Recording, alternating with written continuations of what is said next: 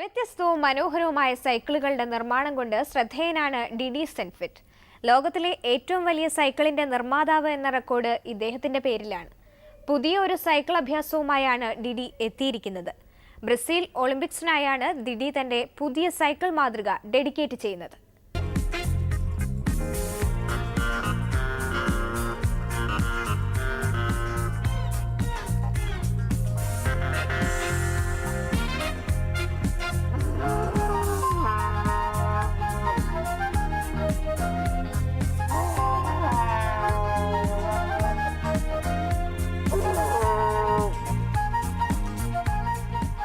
ജർമ്മനിയിലെ cycle നിർമ്മാതാവായ DD സെൻഫിറ്റിനെ എല്ലാവർക്കും അറിയാം.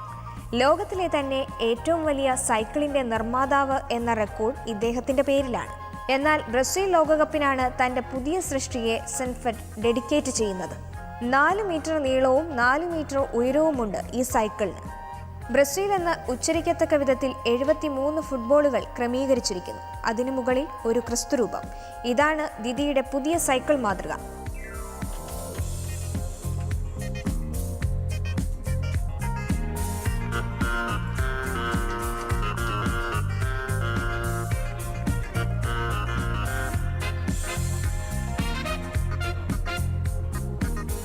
പ്രായം ഡിഡിയെ അല്പമൊന്ന് തളർത്തിയിട്ടുണ്ടോ എന്ന് സംശയമില്ലാതെയില്ല. സൈക്കിൾ ഓടിക്കുമ്പോൾ പഴയ കൃത്യതയൊന്നും കിട്ടുന്നില്ല.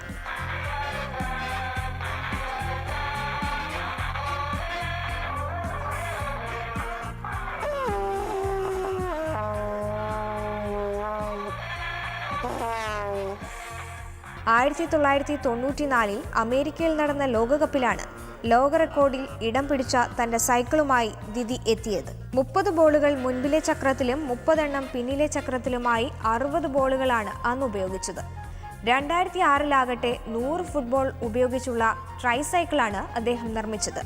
തന്റെ എല്ലാ സൃഷ്ടികളെയും പണിപ്പുരയിൽ ഇപ്പോഴും സൂക്ഷിച്ചിട്ടുണ്ട് ഡിഡി. ഒരു സൈക്കിൾ മ്യൂസിയം നിർമ്മിക്കാനാണ് അദ്ദേഹത്തിന്റെ ലക്ഷ്യം.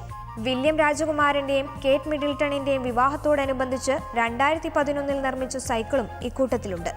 ഇത്തരത്തിൽ സ്പെഷ്യൽ സൈക്കിളുകളുമായി ഡിഡി സെൻഫിറ്റ് എത്തിയിട്ടുള്ള നിരവധി സാഹചര്യങ്ങളുണ്ട്. ബ്രസീൽ വേൾഡ് കപ്പ് കാണാനുള്ള ടിക്കറ്റ് ഇതുവരെയും അദ്ദേഹത്തിന് ലഭിച്ചിട്ടില്ല. അതിന്റെ ഒരു ചെറിയ നിരാശ അദ്ദേഹത്തിനുണ്ട്. എന്നാലും ജർമ്മനി ലോകകപ്പ് നേടുമെന്ന പ്രതീക്ഷയിൽ തന്നെയാണ് ഡിഡി സെൻഫിറ്റ്.